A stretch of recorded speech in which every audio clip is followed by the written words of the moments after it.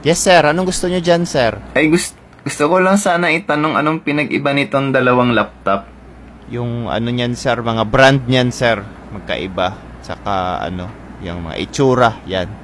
Di nakita ko kasi merong 3rd gen, 4th gen. Ano yung Yan, sir. Yun yung pinagkaiba nila. 3rd gen yung isa, 4th gen yung isa. Nandiyan naman, nakasulat yung mga specs. Yan, sir, yung mga nakapatong dyan, yung mga nakasulat dyan, yan. Kung marunong kayo magbasa, basahin nyo na lang. i5, i7. Dapat kasi, sir, nag-research kayo bago kayo pumunta dito, di ba? Bibili kayo ng laptop tapos hindi nyo alam. Kung nag-research kayo bago kayo pumunta dito, siguro kanina pa kayo nakapili. Sige, wag na lang sa specs, ano na lang. Ano ba yung pinakamatibay dito? Ano gusto nyong gawin, sir, para malaman na matibay? Ipagsasampal ko to lahat isa-isa sa mukha nyo.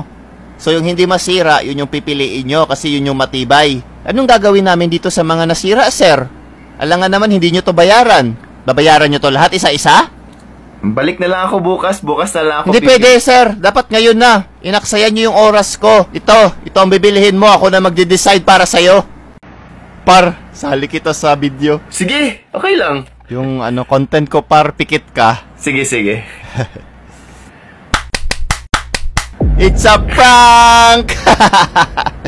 Kung gusto nyo pang manood ng ganitong klaseng video, huwag nyong kalimutan mag-subscribe, like the video, at share nyo sa mga kaibigan nyo. Thank you! Bye! Bro, ano to, bro? Ay, lang yan. Prank lang yan, bro. Prank.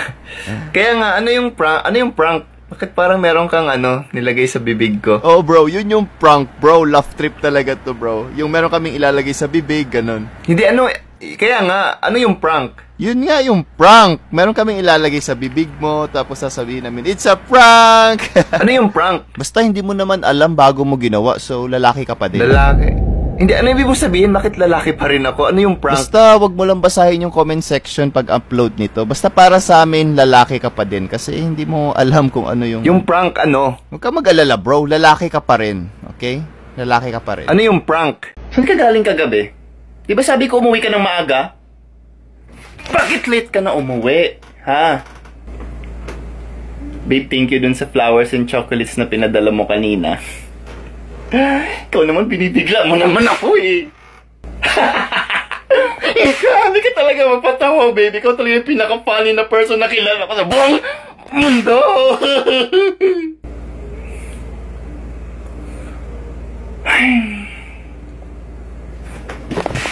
Kaya magandang role model si Superman, guys. Kayo, class, kung may superpowers kayo, anong gusto nyo?